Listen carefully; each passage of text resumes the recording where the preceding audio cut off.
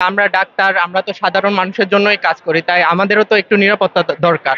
এখন নিরাপত্তার যে অধিকারটা আমাদের দরকার, যেমন আমরা দেখলাম যে বহির্বিশ্বে আমাদের পাশের দেশ, প্রতিবেশী দেশ বলি যেটা ভারত, সেখানে আমরা দেখলাম যে ডাক্তার মৌমিতা, তার সাথে যে অন্যায় হলো, এখন সে ব্যাপারে হচ্ছে আমাদেরও তো এরকম যাতে আমাদের না হয়, আমাদের মধ্যে যাতে হচ্ছে জিনিসটা ভালো থাকে, এই জন্য আমরা হচ্ছে এই অধিকারটা আমরা দাবি করছি যে আমাদের নিরাপত্তা আমরা চাই।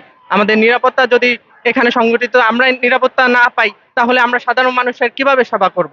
সাধারণ মানুষের যারা মেয়েরা আমাদের জন্য, এই অনেক মেয়েরা আছে মেডিকেলের, যারা হচ্ছে দিন রাত পেশেন্টদের জন্য হচ্ছে পরিশ্রম করতেছে, তারা যদি নিরাপত্তা না পায়, তারা তো পেশেন্টদের মানে হেল্প করতে তারা আগ্রহী হবে না। এই জন্য মানে আমরা যে আমাদের যে নিরাপত্তা জনিত অধিকার, আমরা এই অধিকারের দাবি আদায় জানাচ্ছি। আমরা হচ্ছে ঢাকা ডেন্টাল কলেজ থেকে আসছি। আমাদের প্রধান যে দাবিটা, প্রথম এবং প্রধান দাবি, সেটা হচ্ছে যে আমরা জানি যে আমরা বিএমডিসি রুলস অনুযায়ী যারা বিডিএস এবং এমবিবিএস ডিগ্রিধারী তারাই কিন্তু আসলে ডক্টর। তো আমরা রিসেন্টলি 2-1 দিনের আগে আমরা খোঁজ পেয়েছি যে আমাদের যারা হচ্ছে যে 6 মাস বা 1 বছর ম্যাথস স্টুডেন্ট বা ডিএমএফ স্টুডেন্ট যারা আছে, তারা যারা আসলে ডাক্তারদেরকে সহযোগিতায় থাকে, তারা কিছুদিন আগে বিএমডিসি ঘেরাও করে তারপরে তাদের রেজিস্টারের মাধ্যমে তারা বিএমডিসির রেজিস্ট্রেশন চেয়েছে। শুধু রেজিস্ট্রেশন না, পাশাপাশি আরেকটা জিনিস চেয়েছিল, সেটা হচ্ছে যে তারা তাদের নামের আগে ডাক্তার পদবিটা দিবে এবং সেই সাথে ডাক্তারদের মতো তারা চিকিৎসা এবং প্রেসক্রিপশন করবে।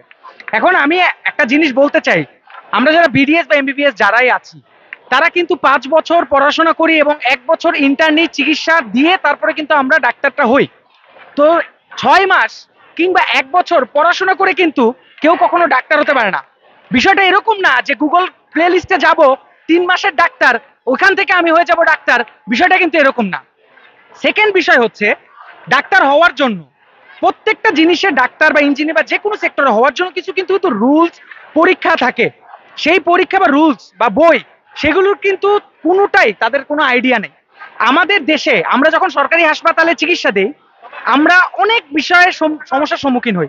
যেমন কিছু সমস্যার কথা যদি আমি আপনাদেরকে বলি, আমরা যখন মানে দন্ত চিকিৎসক যেহেতু আমরা আমরা যখন ট্রিটমেন্ট দিতে যাই, দেখা যায় যে তারা হাতুড়ে ডাক্তারের কাছ থেকে বিভিন্ন ধরনের ওষুধ খায়।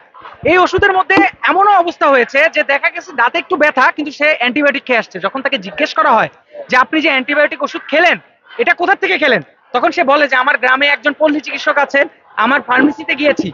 এই অ্যান্টিবায়োটিক ওষুধ খাওয়ার কারণে কিন্তু আজকে বাংলাদেশের ম্যাক্সিমাম মানুষের কিন্তু অ্যান্টিবায়োটিক রেজিস্ট্যান্স তৈরি হয়েছে।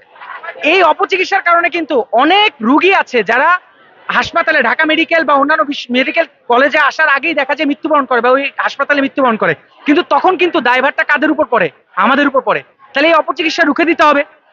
এই অপচিকিৎসা যারা করতেছে ডাক্তারের নাম নিয়ে, তাদের বিরুদ্ধেই আজকে প্রধানত আমাদের সমগত।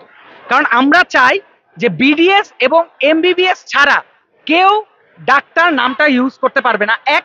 দ্বিতীয়ত, এই যে বিডিএস এবং এমবিবিএস ডিগ্রিধারী যারা আছে, যা স্বীকৃত মেডিকেল কলেজ বা ডেন্টাল কলেজ থেকে পাশ করে, তারা ব্যতীত কেউ রুগীদের চিকিৎসা দিতে পারবে না, ওষুধ প্রেসক্রিপশন করতে পারবে না, যেটা পুরোপুরি সম্পূর্ণ অযৌক্তিক। এবং এই অযৌক্তিক দাবি নিয়ে 2 দিন আগে তারা বিএমডিসি ঘেরাও করে তারা বিএমডিসি তাদের রেজিস্ট্রেশন চেয়েছে এবং এই দাবিগুলো তুলে ধরেছে। তারা এর আগেও অনেক চেষ্টা করেছিল, হয়তোবা কোনো কারণে পারেনি। যেহেতু আমাদের দেশ সংস্কার হয়েছে, এখন আমরা সবাই স্বাধীন, তো এই স্বাধীনতার সুযোগটাকে নিয়ে কিছু লোক কিন্তু এই অপব্যবহারটা করছে। আমাদের সবসময় মনে রাখতে হবে যে আমরা যে আন্দোলনে করি সেটা যাতে যৌক্তিক হয় এবং সেটা যাতে জনগণের উপকারে হয়। শুধুমাত্র জোর খাটিয়ে কিংবা সমাজে এই শক্তি খাটিয়ে আমরা কিন্তু কোনো অযৌক্তিক দাবিকে কখনোই আমাদের সামনে আসতে দিব না।